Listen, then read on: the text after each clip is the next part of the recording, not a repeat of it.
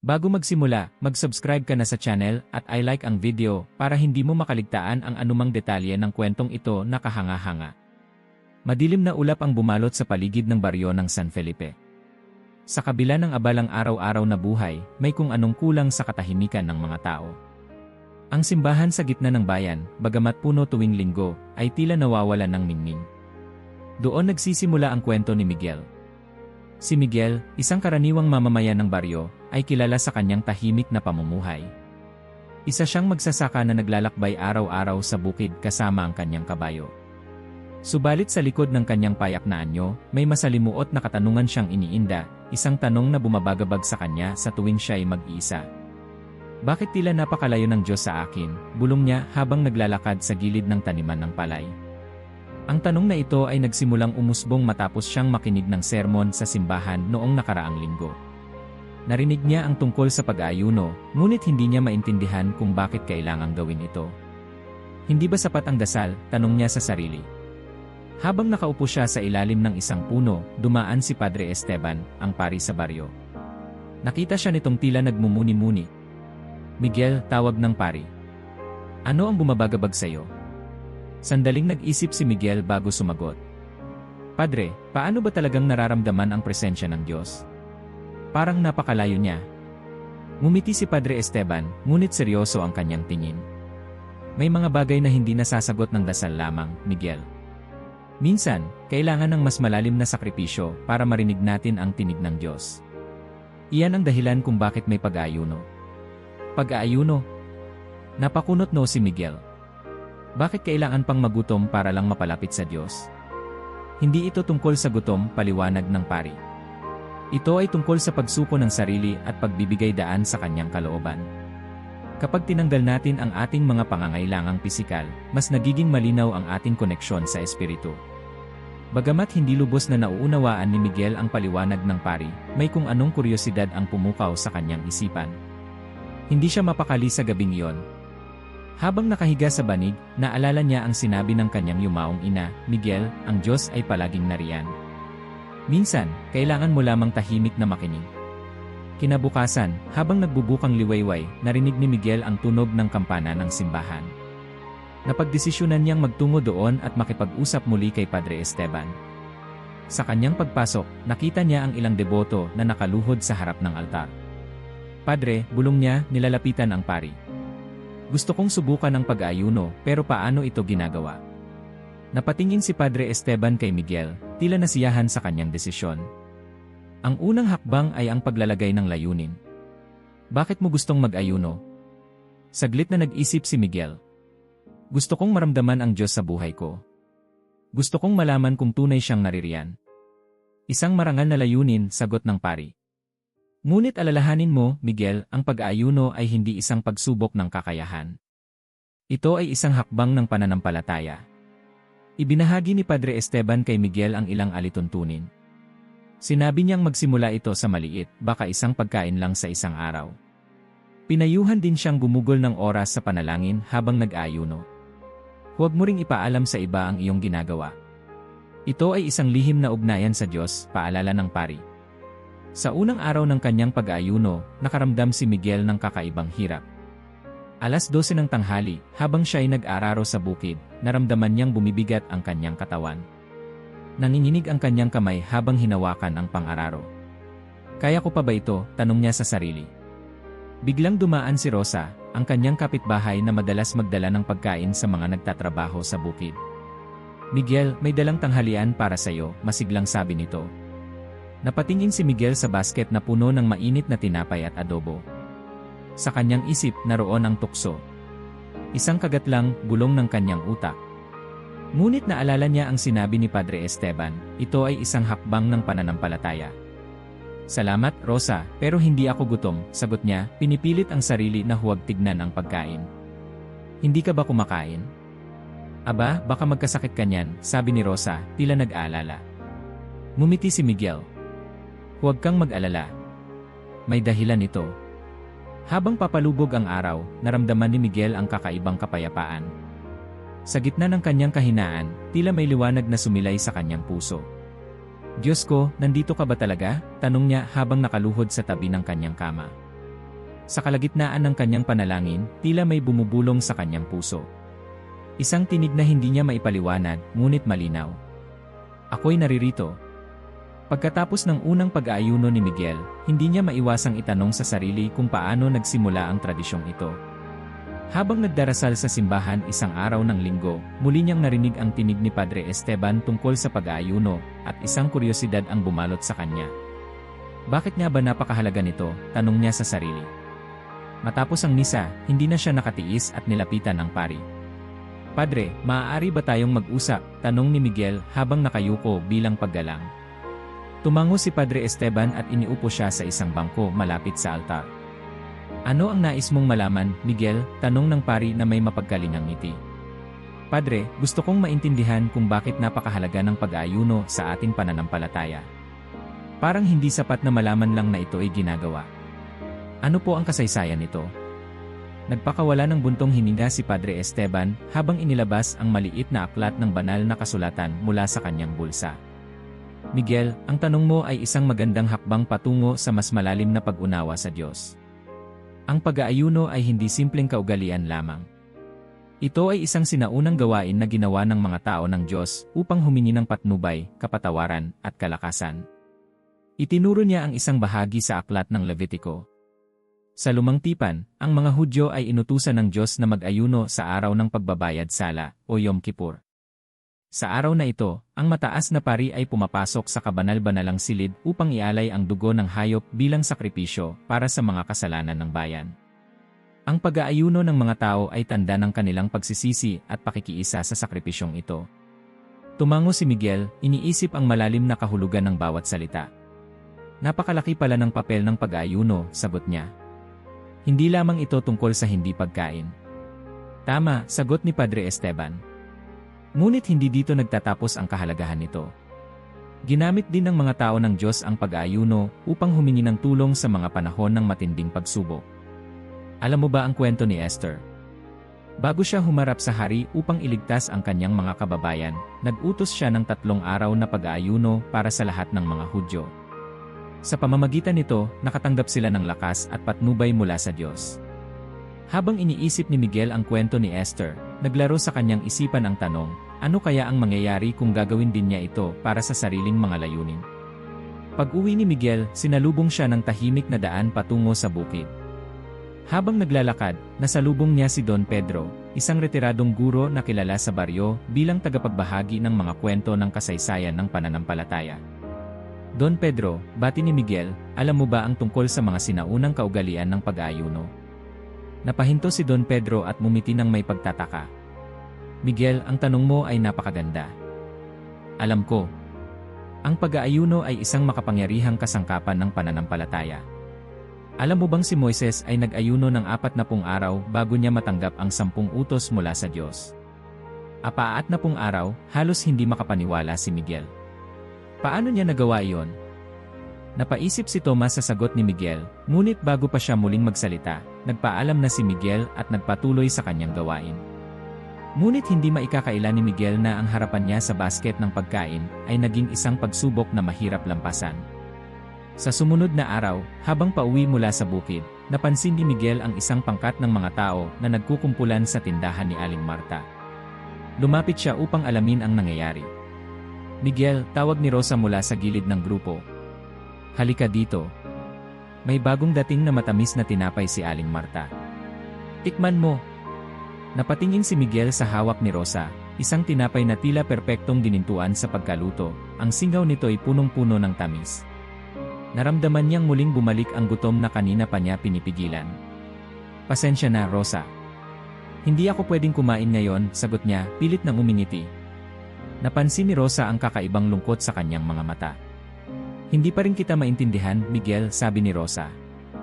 Bakit mo kailangang tiisin ang ganito? Hindi ba't sapat na ang pagdarasal? Rosa, sagot ni Miguel, ang pag-aayuno ay hindi tungkol sa pagkain. Ito'y tungkol sa pagtitiwala at pagsuko sa Diyos. Sa bawat tukso na aking nilalampasan, nararamdaman kong mas lumalapit ako sa Kanya. Bagamat hindi lubos na naintindihan ni Rosa ang sagot ni Miguel, napansin niya ang determinasyon nito. Basta't mag-ingat ka, Miguel, sabi niya bago bumalik sa pangkat. Sa gitna ng gabi, habang nagdarasal sa ilalim ng bituin, naramdaman ni Miguel ang bigat ng kanyang laban.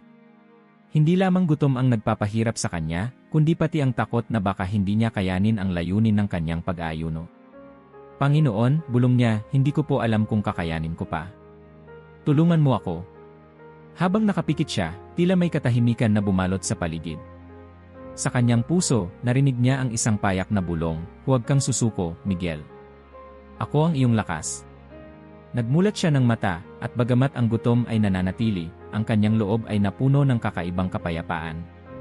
Napagtanto niyang ang tunay na hamon ng pag-aayuno ay hindi ang pisikal na gutom, kundi ang pagpapanatili ng tiwala at pananampalataya sa gitna ng pagsubok. Kinabukasan, nagtipon ang mga tao sa simbahan para sa misa. Nakita ni Miguel si Padre Esteban na tahimik na nagdarasal sa tabi ng altar. Nilapitan niya ito pagkatapos ng misa. Padre, sabi ni Miguel, napakahirap pala ng pag-aayuno. Hindi ko akalaing hindi lang gutom ang kailangang lampasan, kundi pati ang sarili kong mga pagdududa. Mumiti si Padre Esteban. Miguel, ang tunay na laban ng pag-aayuno ay nasa ating loob. Hindi ito tungkol sa pisikal na pagsubok lamang, kundi sa pagtitiwala sa Diyos sa gitna ng ating kahinaan. Ang bawat hamon na nalalampasan mo ay isang hakbang papalapit sa Kanya. Nag-isip si Miguel sa sinabi ng pari at napagtanto niyang tama ito. Salamat, Padre. Naway magpatuloy akong maging matatag, sagot niya. Habang naglalakad pa uwi, napansin niya si Tomas na nagbubungkal ng lupa sa gilid ng kanyang bahay. Tumigil siya sandali upang mag-usap. Miguel, sabi ni Tomas, hindi ko maintindihan kung bakit ginagawa mo ang lahat ng ito. Pero napansin kong tila mas nagiging mahinahon ka nitong mga araw. Ngumiti si Miguel. Tomas, ang bawat hamon na nalalampasan ko ay tinutulungan akong maging mas mabuting tao. Hindi ko ito ginagawa para sa sarili ko lamang, kundi para mas lalo kong maramdaman ang kalooban ng Diyos sa aking buhay. Napabuntong hininga si Tomas at mumiti.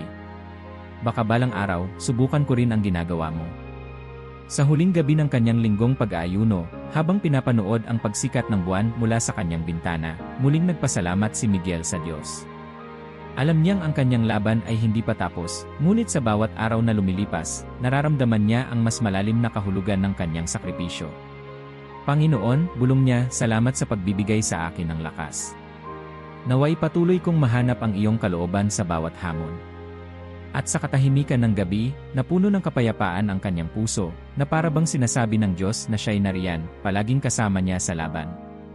Pagkatapos ng linggong puno ng pagsubok, napansin ni Miguel na mas tumibay ang kanyang pananampalataya. Ngunit ramdam niyang maraming aspeto ng pag-aayuno ang hindi pa niya ganap na nauunawaan. Sa umaga ng linggo, nagpasya siyang bumalik sa simbahan upang tanungin si Padre Esteban. Pagdating niya, nakita niya ang pari na tahimik na nagbabasa malapit sa altar. Padre, bungad ni Miguel, nais kong malaman kung may iba't ibang paraan ng pag-aayuno. Nararamdaman kong mas marami pa akong kailangang matutunan tungkol dito. Ngumiti si Padre Esteban, sabay ilagay ang kanyang aklat sa mesa. Napakaganda ng tanong mo, Miguel, sagot niya. Ang pag-aayuno ay hindi limitado sa isang paraan lamang. May iba't ibang uri nito, at bawat isa ay may natatanging layunin. Habang nag-uusap sila, sinimulan ni Padre Esteban ang pagpapaliwanag. Una, mayroon tayong tinatawag na absolute fasting, sabi niya. Ito ang pinakamahigpit na uri ng pag-aayuno. Walang pagkain at inumin sa loob ng itinakdang oras. Si Pablo mismo ay nag-abstain ng pagkain at tubig sa loob ng 3 araw matapos niyang makita ang Panginoon sa Damasco. 3 araw na walang pagkain at tubig, tanong ni Miguel, na tila hindi makapaniwala. Hindi ba't napakahirap niyan, Padre? Sagot ng pari, ito ay ginagawa lamang sa mga espesyal na sitwasyon, lalo na kung may matinding espiritual na pangangailangan. Hindi ko ito inirekomenda para sa mga baguhan. Tumango si Miguel, iniisip ang bigat ng ganitong uri ng pag-aayuno. Susunod, sabi ni Padre Esteban, ay ang normal fasting, kung saan wala kang kinakain, ngunit umiinom ka ng tubig. Maraming tao ang sumusubok nito bilang isang paraan ng paglilinis ng kanilang espiritual na sarili habang nananatiling malusog. Ganoon pala, sabi ni Miguel, nagiging mas interesado. Ito ba ang karaniwang ginagawa ng mga tao? Marami ang nagsisimula rito, sagot ng pari. Ito ang uri ng pag-aayuno na ginamit ni Jesus sa ilang nang siya'y mag-ayuno ng 40 araw. Habang iniisip ni Miguel ang lakas ni Jesus sa ganitong uri ng pag-aayuno, itinanong niya, mayroon pa bang ibang paraan, Padre? Ngumiti muli si Padre Esteban. Miguel, mayroon ding tinatawag na partial fasting na madalas tawaging Daniel fast. Dito, pinipili mong umiwas sa mga piling pagkain, ngunit hindi ka tuluyang nagugutom. Si Daniel at ang kanyang mga kasama ay kumain lamang ng gulay at uminom ng tubig sa loob ng 10 araw upang ipakita ang kanilang pananampalataya sa Diyos. Kaya pala ito tinawag na Daniel fast, sagot ni Miguel, napapangiti. Mukhang mas madali ito para sa mga hindi sanay sa pag-aayuno. Tama ka, sagot ni Padre Esteban. Ito rin ang magandang paraan upang magsimula ang isang tao sa kanyang paglalakbay sa pag-aayuno. Hindi lahat ng pag-aayuno ay kailangang maging matindi, ang mahalaga ay ang layunin at ang puso sa likod nito. Pag-uwi ni Miguel, isinulat niya sa isang maliit na kwaderno ang mga natutunan niya. Absolute fasting, normal fasting, partial fasting, binulong niya habang sinusulat ang mga salita. Ramdam niyang unti-unti nang lumilinaw ang layunin ng kanyang espiritual na paglalakbay. Kinabukasan, habang siya'y nag-araro sa bukid, muling bumisita si Rosa. Miguel, anong ginagawa mo? Tanong niya habang nakatingin sa mga pahina ng kwaderno ni Miguel. Isinusulat ko ang mga natutunan ko tungkol sa pag-aayuno, sagot niya. Alam mo bang maraming uri ng pag-aayuno? Talaga? Sagot ni Rosa, halatang nagulat. Akala ko pare-pareho lang ang lahat ng ito. Hindi, sabi ni Miguel. May mga paraan na mas banayad, tulad ng Daniel fast, kung saan pumipili ka lamang ng mga pagkain na mas simple. Hindi ito tungkol sa kung gaano kahirap ang pag-aayuno, kundi kung paano nito napapalapit ang puso mo sa Diyos. Tumango si Rosa, ngunit may alinlangan pa rin sa kanyang mukha. Miguel, hindi ba't parang napakakomplikado nito? Paano kung mali ang gawin mo? Sa tulong ng Diyos, sagot ni Don Pedro. Ang ganitong uri ng pag-aayuno ay bihira at para lamang sa mga espesyal na okasyon. Ngunit ipinakita nito na sa pamamagitan ng pananampalataya, walang imposible. Habang nagpapahinga sa gabi, binuksan ni Miguel ang kanyang lumang Biblia. Sa aklat ng Mateo, nabasa niya ang kwento ng pag-aayuno ni Jesus sa ilang. Sa kanyang isipan, parang gumuhit ang mga salita. Pagkatapos ng pagbibinyag, siya'y dinala ng Espiritu sa ilang upang tuksuhin ng dyablo. Sa loob ng 40 araw at 40 gabi, siya'y nag-ayuno at nagdasal. Habang nagmumuni-muni, naisip niya ang sarili niyang laban sa gutom at tukso. Kung si Jesus ay nag-ayuno upang maging mas malapit sa Ama, bakit hindi ko subukang mas palalimin pa ang aking pananampalataya? Tanong niya sa sarili. Kinabukasan, nagtipon ang mga tao sa baryo upang magdasal para sa paparating na anihan. Doon ay hinimok ni Padre Esteban ang lahat na sumama sa isang araw ng pag-aayuno. Mga kapatid, wika niya, ang pag-aayuno ay hindi lamang para sa ating kapakinabangan, kundi para rin sa ating pakikiisa sa Diyos. Tulad ng ating mga ninuno, magkaisa tayo sa panalangin at pag-aayuno upang humingi ng biyaya.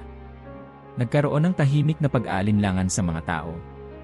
Padre, paano kung hindi namin kayanin ang gutom? Tanong ng isa sa mga magsasaka. Ngumiti si Padre Esteban. Hindi perpektong sakripisyo ang hanap ng Diyos, kundi pusong tapat at handang sumubo. Magsimula tayo sa maliit. Sa gitna ng pag-aalangan ng karamihan, tumayo si Miguel. Ako'y sasama, Padre, sabi niya ng buong tapang. Ang kanyang simpleng deklarasyon ay nagbigay lakas sa iba pa. Isa-isa, sumunod ang mga tao hanggang sa lahat ay nagkaisa. Sa gabing iyon, habang nag-aayuno, muling nagmuni-muni si Miguel sa ilalim ng mga bituin. Ramdam niya ang koneksyon sa mga sinaunang salinlahi ng pananampalataya. Hindi pala tungkol sa pagkain o gutom, bulong niya. Ito'y tungkol sa paglapit sa Diyos. Sa pagsikat ng araw, naramdaman ni Miguel ang kakaibang sigla sa kabila ng gutom na naramdaman niya mula sa pag-aayuno noong nakaraang gabi. Habang siya'y nagtatrabaho sa bukid, hindi niya maiwasang magmuni-muni. Ano nga ba ang tunay na layunin ng pag-aayuno? Ito ba'y tungkol lamang sa sakripisyo? Tanong niya sa sarili, habang pinupunasan ang pawis mula sa kanyang noo. Habang nag-araro, biglang dumating si Rosa, ang kanyang kapitbahay, na may dalang basket ng pagkain. Miguel, mukhang pagod ka na naman. Narito, may dala akong tinapay at prutas para sa iyo, sabi nito habang inaabot ang basket. Ngumiti si Miguel, ngunit marahan niyang tinanggihan ang alok. Salamat, Rosa, pero nagpasya akong huwag munang kumain ngayon. Napakunot noo si Rosa, halatang nalilito. Miguel, bakit mo ginagawa ito? Hindi ba mahalaga ang pagkain para sa lakas mo sa bukid? Mahalaga ang pagkain, sagot ni Miguel, pero nais kong malaman kung ano ang tunay na lakas na nagmumula sa Diyos. Subukan kong intindihin ang layunin ng pag-aayuno at kung paano nito mapapalapit ang puso ko sa Kanya. Tumango si Rosa, bagamat hindi niya lubos na naintindihan ang sagot ni Miguel. Basta't huwag mong kalimutang alagaan ang sarili mo, sabi niya bago umalis. Sa gabi, habang nagdarasal si Miguel sa ilalim ng liwanag ng buwan, naalala niya ang sinabi ni Padre Esteban noong isang araw. Ang pag-aayuno, sabi ng pari, ay hindi lamang tungkol sa hindi pagkain, kundi tungkol sa pagpapalalim ng ugnayan sa Diyos.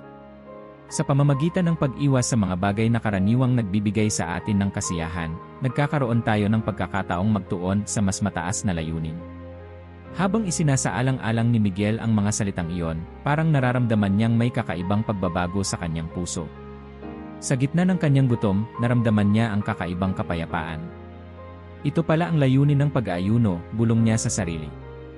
Hindi para parusahan ang sarili, kundi para linisin ang isip at buksan ang puso sa Diyos. Kinabukasan, dumalaw muli si Miguel kay Padre Esteban upang humingi ng payo. Padre, sabi niya, nararamdaman kong mas malapit na ako sa Diyos, pero hindi ko pa rin ganap na nauunawaan kung paano ko ito dapat gawing bahagi ng aking pang-araw-araw na buhay. Ngumiti si Padre Esteban at tumugon, Miguel, ang pag-aayuno ay isang paraan ng pagsuko sa Diyos. Sa pamamagitan nito, inaamin natin na ang ating lakas ay hindi nagmumula sa ating sarili, kundi sa Kanya. Sa tuwing mag-aayuno ka, ipaalala mo sa iyong sarili na ang layunin nito ay hindi lamang personal na kapakinabangan, kundi upang hanapin ang kanyang kalooban. Habang pauwi si Miguel, napansin niya ang mga tao sa baryo na abala sa kanilang mga gawain. Ang ilan ay nag-aalala sa papalapit na anihan, habang ang iba naman ay abala sa kanilang sariling mga problema. Biglang pumasok sa kanyang isip ang ideya, paano kaya kung ang layunin ng pag-aayuno ko ay hindi lamang para sa akin, kundi para rin sa kanila? Sa gabi, muli siyang nagdasal, ngunit sa pagkakataong ito, iba ang nilalaman ng kanyang panalangin. Panginoon, bulong niya, hindi ko alam ang lahat ng layunin mo para sa akin, pero nais kong ialay ang pag-aayunong ito, hindi lamang para sa sarili kong kapakinabangan, kundi para sa baryo na ito. Tulungan mo kaming lahat na mas makilala ka. Sa mga sumunod na araw, mas lalong tumindi ang pakiramdam ni Miguel na ang kanyang pag-aayuno ay nagkakaroon ng mas malalim na layunin. Habang pinagmamasdan ang bukid, napansin niyang mas nagiging maingat siya sa kanyang mga kilos at salita. Ang dati niyang madaling magalit na ugali ay napalitan ng kahinahunan. Ang kanyang tahimik na sakripisyo ay tila nagkaroon ng epekto hindi lamang sa kanya, kundi pati na rin sa mga tao sa paligid niya. Isang hapon, habang siya ay naglalakad pa uwi, nilapitan siya ni Rosa. Miguel, napansin kong tila may pagbabago sa iyo nitong mga nakaraang araw. Ano ang sikreto mo? Umiti si Miguel at sinagot siya, walang sikreto, Rosa. Ang Diyos ang gumagawa ng pagbabago. Ang pag-aayuno ay nagbukas ng aking puso sa kanyang plano, at ang kanyang kapayapaan ang nagbigay sa akin ng lakas. Sa pagtatapos ng linggong iyon, naramdaman ni Miguel na ang layunin ng kanyang pag-aayuno ay unti-unti nang nagiging malinaw. Hindi ito tungkol sa kung gaano siya kahusay sa pag-aayuno o kung gaano katagal niyang kayang magtiis ng walang pagkain. Ito ay tungkol sa kanyang paglapit sa Diyos, sa pag-alay ng kanyang sarili, hindi lamang para sa sariling kapakanan, kundi para sa kabutihan ng iba. Habang nakaupo sa ilalim ng isang puno sa huling gabi ng kanyang pag-aayuno, muling nagpasalamat si Miguel sa Diyos. Panginoon, salamat sa pagbukas ng aking puso at isipan. Naway ang pag-aayunong ito ay maging simula ng mas malalim na ugnayan namin sa iyo. Sa katahimikan ng gabi, tila narinig niya ang isang bulong sa kanyang puso. Patuloy kang magtiwala, Miguel. Ang layunin ay darating sa tamang panahon. Sa unang liwanag ng araw, ramdam ni Miguel ang bigat ng pag-aayuno. Ang gutom na kanyang nararamdaman ay mas matindi kaysa sa dati, ngunit alam niyang hindi ito simpleng pisikal na laban. Habang naglalakad patungo sa kanyang bukid, napansin niya ang tila mas mabagal niyang mga hakbang. Kaya ko pa ba ito? Tanong niya sa sarili. Habang sinisimulan niyang ayusin ang mga pananim, narinig niya ang ingay mula sa di kalayuan. Si Tomas, ang kanyang kapitbahay, ay naglalakad papunta sa kanya bitbit ang isang basket ng pagkain. Miguel, tawag ni Tomas. Narinig ko kay Rosa na hindi ka kumakain nitong mga nakaraang araw. Ano bang nangyayari sa'yo? Ngumiti si Miguel kahit naramdaman niyang ang amoy ng tinapay sa basket ni Tomas ay parang inaanyayahan siyang sumuko. Nag-aayuno ako, Tomas, sagot niya, marahang pinapahiran ng pawis ang kanyang noo. Napakunot noo si Tomas. Bakit mo ginagawa yan? Hindi ba't mahirap magtrabaho ng gutom? Ang pagkain ang nagbibigay ng lakas. Mahirap, sagot ni Miguel, pero ang lakas na hinahanap ko ay hindi lamang pisikal. Nais kong mas mapalapit sa Diyos. At sa totoo lang, Tomas, mas mahirap labanan ang tukso kaysa sa gutom. Ngumiti si Miguel. Ang sabi ni Padre Esteban, hindi hinahanap ng Diyos ang perpektong pag-aayuno, kundi ang pusong tapat. Hindi mahalaga kung anong uri ng pag-aayuno ang piliin mo. Ang mahalaga ay ang layunin mo at ang iyong pananampalataya. Sa sumunod na mga araw, nagpasya si Miguel na subukan ang partial fasting bilang susunod na hakbang. Kumain lamang siya ng gulay at uminom ng tubig habang patuloy siyang nagdarasal. Sa kabila ng pagiging mas banayad ng uri ng pag-aayunong ito, naramdaman pa rin niya ang hamon. Isang gabi, habang nagdarasal, tila mas naramdaman niya ang presensya ng Diyos. Panginoon, bulong niya, salamat sa pagbibigay sa akin ng kalinawan. Ang bawat hakbang na ito ay para sa iyo. Habang bumubulong ang hangin sa paligid niya, naramdaman niya ang kakaibang kapayapaan na hindi niya maipaliwanag. Alam niyang sa bawat uri ng pag-aayuno na kanyang natutunan, mas lalo siyang napapalapit sa layunin ng Diyos sa kanyang buhay. Sa pagsikat ng araw, muling naramdaman ni Miguel ang sigla sa kanyang katawan at espiritu. Habang papunta siya sa simbahan, nakita niya ang ilang kapitbahay na abala sa kani-kanilang gawain. Napansin niyang tila may mas mabigat na problema ang ilan sa kanila, may mga nababalisa tungkol sa kanilang ani, ang iba'y nag-aalala sa kalusugan ng mga mahal sa buhay. Habang pinagmamasdan ang baryo, biglang pumasok sa kanyang isip ang ideya, paano kaya kung ang pag-aayuno ko ay hindi lamang para sa akin, kundi para rin sa kanila? Pagdating niya sa simbahan, nakita niya si Padre Esteban na nag-aayos ng altar. Nilapitan niya ito at ibinulong ang kanyang ideya. Padre, bakit hindi natin hikayatin ang buong baryo na magkaisa sa pag-aayuno? Hindi ba't mas makapangyarihan kung gagawin natin ito ng sama-sama? Ngumiti si Padre Esteban, halatang natuwa sa mungkahi ni Miguel. Miguel, napakagandang ideya yan. Ang sama-samang pag-aayuno ay nagdudulot ng mas matibay na pananampalataya. Sa Biblia, makikita nating maraming pagkakataon na ang mga tao ng Diyos ay nagkaisa sa panalangin at pag-aayuno upang humingi ng patnubay. Kinabukasan, pagkatapos ng misa, tumayo si Padre Esteban sa harap ng mga tao at ipinahayag ang panukala ni Miguel. Mga kapatid, panimula ng pari, sa mga susunod na araw, nais naming imbitahan kayong lahat na sumali sa isang araw ng pag-aayuno at panalangin. Hindi ito para sa ating sarili lamang, kundi para sa ating buong komunidad, para sa masaganang ani, para sa kalusugan, at para sa patnubay ng Diyos sa ating araw-araw na buhay. Nagkaroon ng bulong-bulungan sa loob ng simbahan. Ang ilan ay nagtanong, kakayanin ba natin ito, habang ang iba naman ay tila nag-aalinlangan. Sa gitna ng katahimikan, tumayo si Miguel at nagsalita. Alam ko na hindi madali ang pag-aayuno, sabi niya, ngunit naniniwala ako na kung tayo'y magtutulungan, mas mapapalapit tayo sa Diyos, at mas mapapatatag natin ang ating komunidad. Isa itong sakripisyong magbubuklod sa atin. Isa-isang tumango ang mga tao, hanggang sa ang buong simbahan ay napuno ng pagsang-ayon. Sige, Padre, sabi ng isang matandang babae. Subukan natin. Sama-sama nating gagawin ito. Sa araw ng pag-aayuno, nagtipon ang mga tao sa gitna ng baryo. Ang bawat pamilya ay nagdala ng kanilang sariling mga alay, tubig, mga Biblia, at simpleng pagkain na ihahain pagkatapos ng pag-aayuno. Habang nagtitipon, nagkaroon ng mga maikling panalangin na pinangunahan ni Padre Esteban. Miguel, tanong ni Rosa habang sila'y nagdarasal, bakit parang mas madali ang pag-aayuno ngayon kaysa noong una kong narinig ang tungkol dito?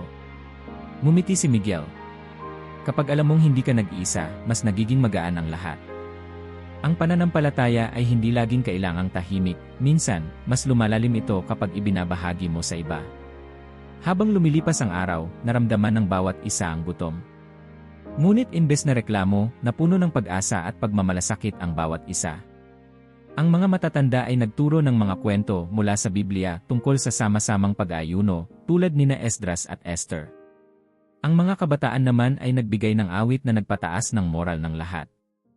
Sa hapon, dumaan si Don Pedro, ang retiradong guro, na may bitbit na isang lumang aklat ng kasaysayan ng simbahan. Alam nyo ba, sabi niya, na ang ating mga ninuno sa baryo ay minsang nag-ayuno noong panahon ng tagtuyot. Sama-sama silang nanalangin at humingi ng ulan, at sa huli, ang kanilang pananampalataya ay nagdulot ng masaganang ani. Ang kwento ni Don Pedro ay nagbigay inspirasyon sa lahat.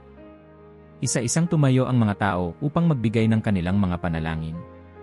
Ang ilan ay nanalangin para sa kanilang pamilya, ang iba para sa baryo, at ang iba naman ay humingi ng tawad sa kanilang mga pagkukulang. Pagkatapos ng pag-aayuno, sama-samang nagtipon ang mga tao sa ilalim ng malaking puno sa gitna ng baryo upang magdasal at magpasalamat. Isa-isa silang nagbahagi ng kanilang karanasan. Akala ko hindi ko kakayanin, sabi ni Tomas, ang kapitbahay ni Miguel, pero habang iniisip ko ang layunin ng pag-aayuno, naramdaman kong ang Diyos ang nagbibigay sa akin ng lakas. Sumang-ayon si Rosa. Hindi ko rin naisip na magiging ganito ang pakiramdam. Parang mas magaan ang loob ko ngayon. Si Miguel, na tahimik lamang nakikinig, ay nagpasalamat sa Diyos sa kanyang puso. Alam niyang hindi niya magagawa ang lahat ng ito kung hindi dahil sa kanyang patnubay. Habang nag-uusap ang mga tao, lumapit si Padre Esteban kay Miguel. Miguel, sabi niya, ang ginawa mong ito ay hindi lamang isang simpleng mungkahi. Nagdala ka ng pagbabago sa komunidad na ito. Ngumiti si Miguel, ngunit mahinhin niyang sinabi, hindi ako ang gumawa ng pagbabago, Padre. Ang Diyos ang nagbigay sa atin ng lakas at inspirasyon. Sa gabing iyon, habang nakaupo si Miguel sa ilalim ng bituin, naramdaman niya ang kakaibang kapayapaan. Hindi lamang siya natuto ng mga aral tungkol sa pag-aayuno, kundi natutunan din niya ang kahalagahan ng pagkakaisa sa pananampalataya. Panginoon, bulong niya, salamat sa pagbibigay sa amin ng pagkakataong magkaisa para sa iyo. Naway patuloy naming maipadama ang iyong pagmamahal sa aming komunidad. Sa unang liwanag ng umaga, nagising si Miguel na may kakaibang kabigatan sa kanyang puso. Sa kabila ng nagdaang tagumpay ng komunidad sa pag-aayuno, naramdaman niya ang malalim na pagnanais na magpatuloy sa mas malalim na koneksyon sa Diyos. Hindi pa tapos ang aking paglalakbay, bulong niya sa sarili, habang pinagmamasdan ang dahan-dahang pagsikat ng araw.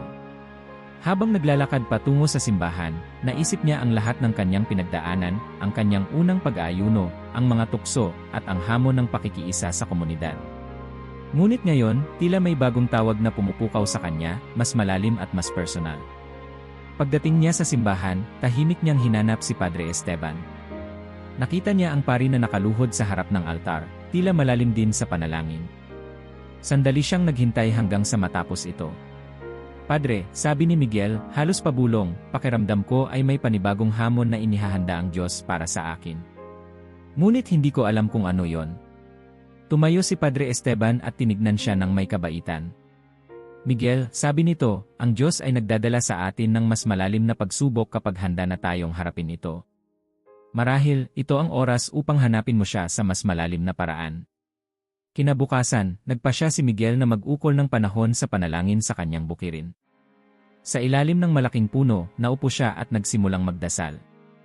Panginoon, sabi niya, ipakita mo sa akin ang iyong kalooban. Handa akong sundan ka kahit saan mo ako dalhin. Habang nakapikit siya, tila may katahimikan na bumalot sa paligid. Ngunit sa kanyang puso, may dumating na malinaw na mensahe, mag-ayuno ka sa loob ng 7 araw. Hindi ito magiging madali, ngunit sa dulo, mas makikilala mo ako. Nang sumunod na araw, sinimulan ni Miguel ang kanyang 7 araw na pag-aayuno. Sa unang araw, tila pamilyar na ang hamon ng gutom at panghihina. Subalit sa ikalawang araw, naramdaman niya ang matinding tukso. Habang nagtatrabaho sa bukid, lumapit si Rosa, may dalang basket ng pagkain. Miguel, sabi ni Rosa, hindi ka pa rin ba kumakain? Hindi ba't sobra na ang ginagawa mo? Ngunit sa pagkakataong ito, hindi nag-alinlangan si Miguel. Salamat, Rosa, pero may mahalagang dahilan ang ginagawa ko. Sa pagkakataong ito, mas tiwala ako sa Diyos. Tumango si Rosa, bagamat halatang nag-aalala. Kung ganoon, ipagdadasal kita, Miguel. Sana'y magtagumpay ka. Sa ikatlong araw, naramdaman ni Miguel ang matinding kahinaan. Habang naglalakad pa uwi mula sa bukid, halos matumba siya sa bigat ng kanyang pakiramdam. Panginoon, bulong niya, hindi ko alam kung kakayanin ko pa. Ngunit sa gitna ng kanyang pagod, isang alaala ang bumalik sa kanyang isipan, ang kwento ni Jesus sa ilang. Si Jesus ay nagtiis ng 40 araw. Kung siya'y nagtagumpay, bakit hindi ko ito kakayanin? Tanong niya sa sarili. Sa gabing iyon, habang nagdarasal sa ilalim ng mga bituin, naramdaman niya ang kakaibang init na pumuno sa kanyang puso. Para bang isang bulong ang narinig niya, "Ako ang iyong lakas, Miguel. Magtiwala ka."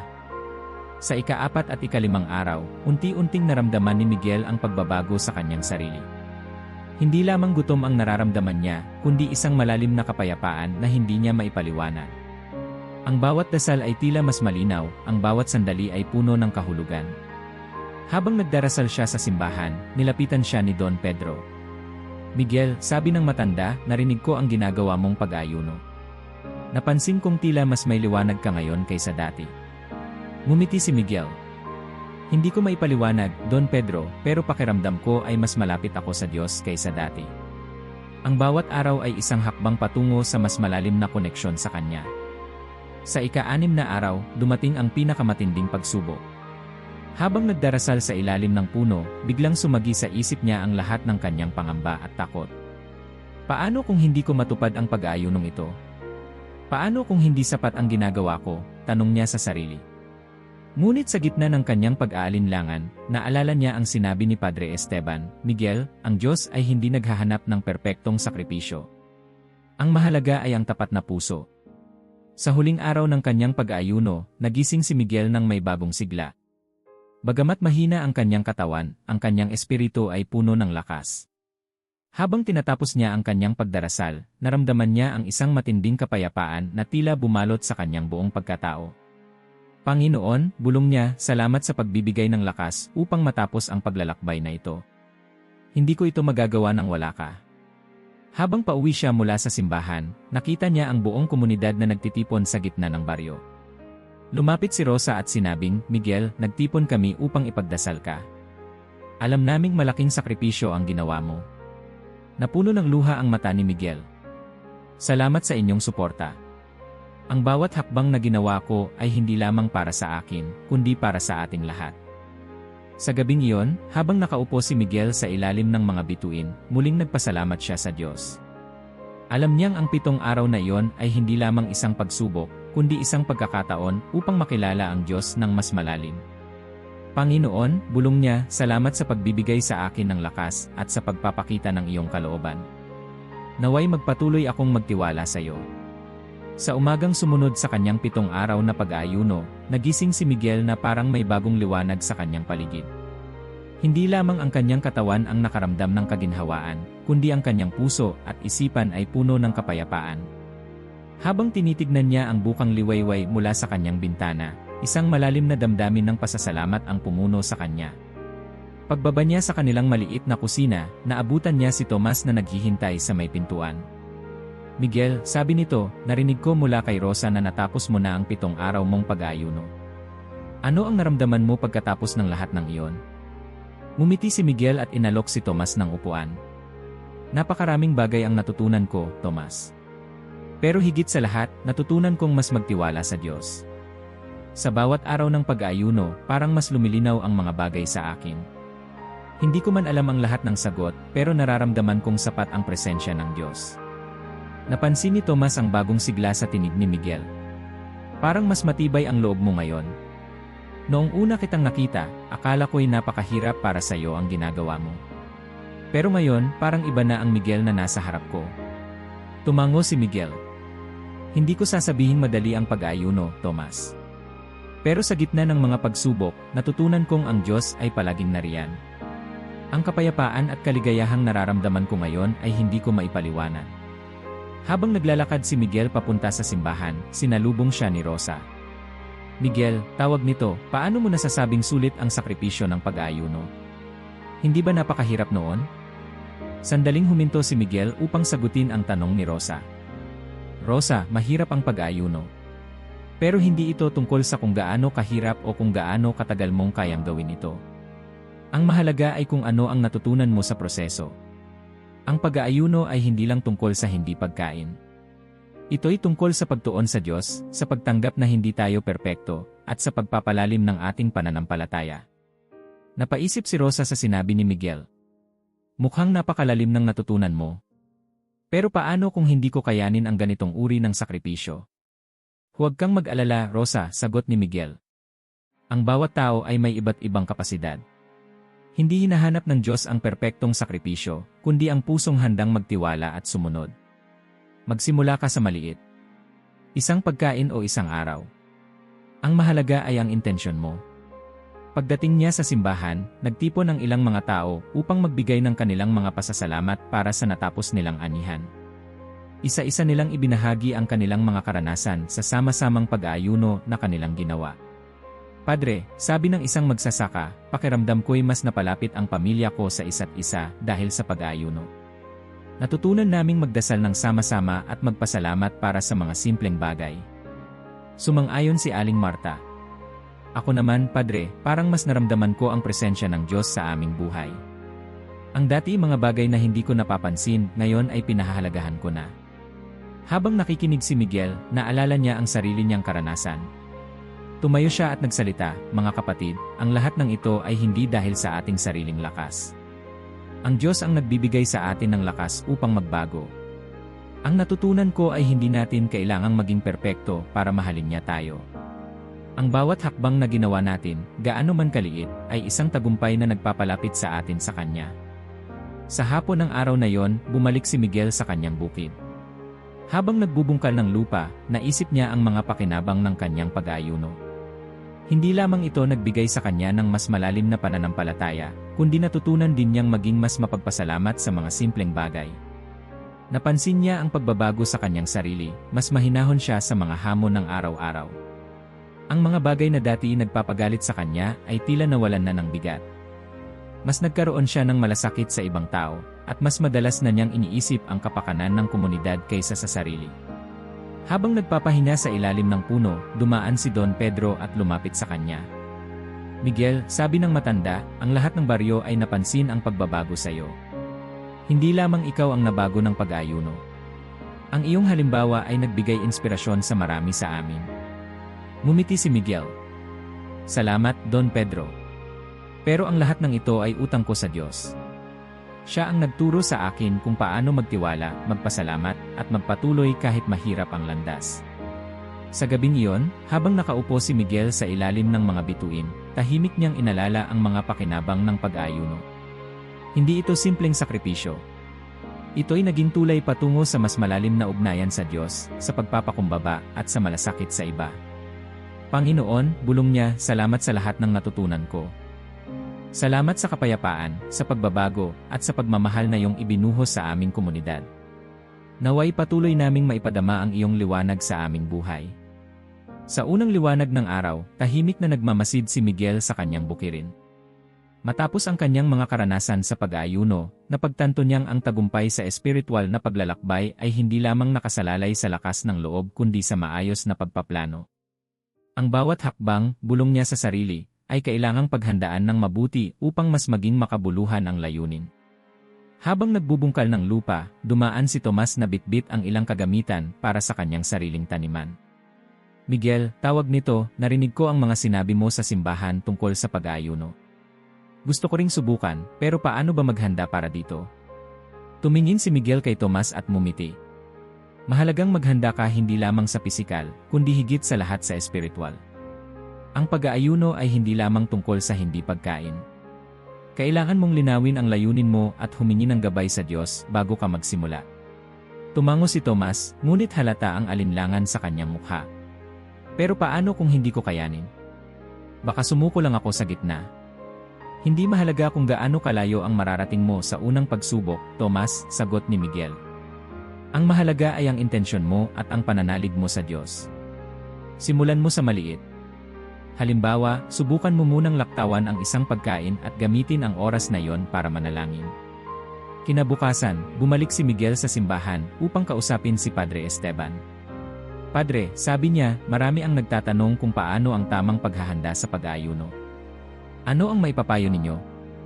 Ngumiti si Padre Esteban at marahang tinapik ang balikat ni Miguel. Napakahalaga ng tanong mo, Miguel. Una sa lahat, kailangang may malinaw kang layunin. Bakit ka mag-aayuno? Para ba ito sa personal mong relasyon sa Diyos? O para humingi ng gabay? Kapag malinaw ang iyong layunin, mas madali mong maitutok ang iyong isip at puso. Kumuha ang pari ng isang piraso ng papel mula sa kanyang mesa. Miguel, isulat mo ang mga dahilan ng iyong pag-aayuno. Ang makita mo ito ng malinaw ay makakatulong upang manatili kang nakatuon sa iyong layunin, lalo na kapag dumating ang tukso. Sinunod ni Miguel ang payo ni Padre Esteban. Sa gabing iyon, isinulat niya sa kanyang maliit na kwaderno, "Gusto kong mag-ayuno upang mas makilala ang Diyos at upang ipanalangin ang komunidad na ito." Habang isinusulat niya ang mga salitang iyon, naramdaman niya ang kapayapaan sa kanyang puso. Sa mga susunod na araw, sinimulan ni Miguel ang masusing pagpaplano para sa susunod niyang pag-aayuno.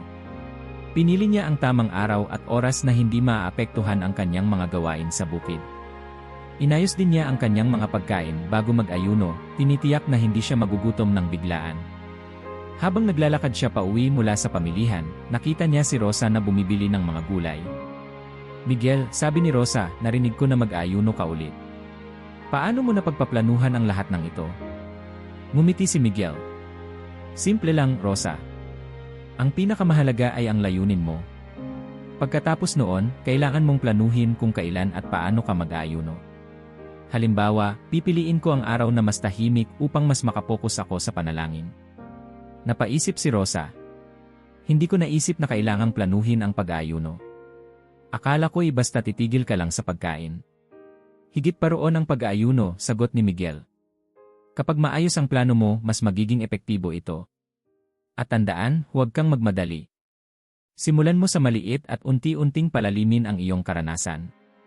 Pagkatapos ng ilang araw, dumalo si Miguel sa isang pagtitipon sa baryo. Habang nag-uusap ang mga tao tungkol sa kanilang mga alalahanin, biglang tumayo si Don Pedro upang magbahagi ng kwento. "Alam niyo ba, simula niya, na noong panahon ng tagtuyot sa ating baryo, ang ating mga ninuno ay nagsagawa ng sama-samang pag-aayuno at panalangin. Hindi nila ito ginawa ng basta-basta. Pinaghandaan nila ito ng ilang linggo upang tiyaking ang kanilang mga puso at isipan ay nakatuon sa Diyos." Napansin ni Miguel ang interes ng mga tao sa kwento ni Don Pedro. Tumayo siya upang magdagdag. "Tama si Don Pedro. Ang paghahanda sa pag-aayuno ay kasing halaga ng aktwal na pag-aayuno. Kapag maayos ang iyong plano, mas magiging makabuluhan ang iyong sakripisyo." Sa huling bahagi ng linggo, nagpasya si Miguel na magsimula ng isa pang pag-aayuno, ngunit sa pagkakataong ito, mas maingat na niyang pinlano ang lahat. Naglaan siya ng oras para sa tahimik na panalangin, iniwasan ang mga abala, at tiniyak na ang bawat hakbang ay nakatuon sa kanyang layunin. Sa unang gabi ng kanyang pag-aayuno, habang nakaupo siya sa ilalim ng mga bituin, naisip niya ang mga tagubilin ni Padre Esteban at ang suporta ng kanyang komunidad. Ramdam niya ang matibay na pundasyon ng paghahanda at ang kapangyarihan ng tamang layunin. "Panginoon," bulong niya, "salamat sa karunungang ibinigay mo sa akin. Naway ang bawat hakbang na ito ay magbigay-pugay sa iyo." Habang sumisikat ang araw sa ibabaw ng baryo, naupo si Miguel sa ilalim ng malaking puno sa kanyang bukirin. Ang mga nagdaang linggo ng pag-aayuno at panalangin ay nagbigay sa kanya ng bagong pananaw sa buhay. Ramdam niya ang kapayapaan at kagalakang hindi niya naranasan noon. Ngunit alam niyang hindi natatapos sa kanya ang paglalakbay na ito. May mas malalim na tawag na nagtutulak sa kanyang puso, isang panawagan upang ibahagi ang mga natutunan niya sa iba. Sa simbahan, nagtipon ang mga tao para sa misa. Matapos ang sermon ni Padre Esteban, tumayo si Miguel upang magbahagi ng kanyang kwento. Tahimik ang buong simbahan habang nagsimula siyang magsalita. "Mga kapatid, simula niya, ang nakaraang mga linggo ay naging isang paglalakbay ng pananampalataya para sa akin. Sa bawat pag-aayuno at panalangin, natutunan kong higit na magtiwala sa Diyos. Hindi ko sasabihing madali ang proseso, ngunit ang biyayang natanggap ko ay hindi ko maikukumpara sa kahit anong sakripisyo." Napatigil siya sandali, hinayaang umalingaw-ngaw ang kanyang mga salita sa simbahan. "Ngunit higit pa sa personal kong karanasan, natutunan kong ang pag-aayuno ay hindi lamang para sa sarili. Ito ay isang pagkakataon upang ipanalangin ang iba, upang magbigay inspirasyon, at upang maging bahagi ng isang mas malaking plano ng Diyos." Nagtinginan ang mga tao, marami ang tila nag-isip sa kanyang mga sinabi. Tumayo si Rosa na nasa gitna ng kongregasyon. "Miguel," sabi niya, "napansin kong marami kang nabago hindi lamang sa sarili mo, kundi sa ating komunidad. Paano namin maibabahagi ang ganitong uri ng pananampalataya sa iba?" Ngumiti si Miguel. Simulan natin sa maliit. Maaaring ito'y isang simpleng panalangin kasama ang pamilya o isang araw ng pag-aayuno bilang komunidad. Ang mahalaga ay ang ating layunin at ang ating pagtitiwala sa Diyos. Hindi niya hinihingi ang perpekto, kundi ang pusong handang sumunod. Sa sumunod na linggo, nag-organisa si Miguel ng isang pagtitipon sa gitna ng baryo. Ang bawat isa ay inimbitahang magbahagi ng kanilang mga kwento ng pananampalataya. Dumating si Don Pedro at nagdala ng ilang lumang aklat tungkol sa kasaysayan ng baryo.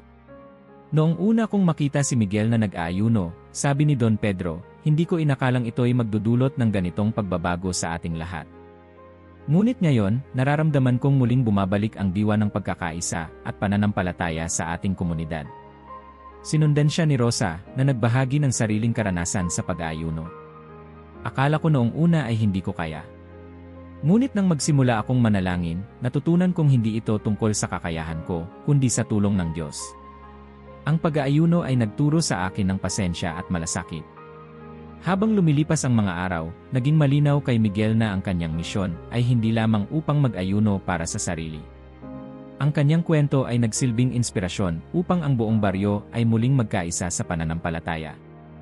Isang gabi, habang nagdarasal sa ilalim ng mga bituin, naramdaman niya ang isang matinding damdamin ng pasasalamat. Panginoon, sabi niya, salamat sa lahat ng iyong itinuro sa akin. Salamat sa pagbibigay ng lakas, gabay at layunin. Naway patuloy kong maibahagi ang iyong pagmamahal at liwanag sa iba. Sa huling araw ng kanyang misyon, nagtipon ang buong baryo sa simbahan upang ipagdiwang ang biyayang natanggap nila sa kanilang sama-samang pag-aayuno. Tumayo si Padre Esteban upang magbigay ng huling pananalita. Mga kapatid, sabi niya, ang ginawa nating ito ay hindi lamang isang sakripisyo. Ito ay isang pag-aalay ng ating pananampalataya at pagmamahal sa Diyos at sa isa't isa. Ang ating paglalakbay ay hindi nagtatapos dito. Sa bawat araw na darating, naway patuloy nating palalimin ang ating relasyon sa Diyos. Pagkatapos ng pagtitipon, habang naglalakad si Miguel pauwi, naramdaman niya ang kaligayahan na hindi niya maipaliwanag. Alam niyang ang kanyang paglalakbay ay nagbigay ng bagong layunin sa kanyang buhay, isang layuning maglingkod sa Diyos at sa kanyang komunidad. Habang tinitignan niya ang dahan-dahang paglubog ng araw, muli siyang nanalangin. Panginoon, bulong niya, salamat sa pagbibigay ng direksyon sa aking buhay. Naway magpatuloy akong maging kasangkapan ng iyong kalooban. Sa tahimik na gabing iyon, habang ang liwanag ng buwan ay bumalot sa baryo, naramdaman ni Miguel na siya ay nasa tamang landas, isang landas na puno ng pagmamahal, pananampalataya, at layunin. Kung nakarating ka hanggang dulo ng video na ito, gusto kong malaman. Mag-iwan ng komento dito sa ibaba gamit ang salitang layunin para malaman kung kasama kita sa buong kwento. Masaya akong makita ang iyong komento.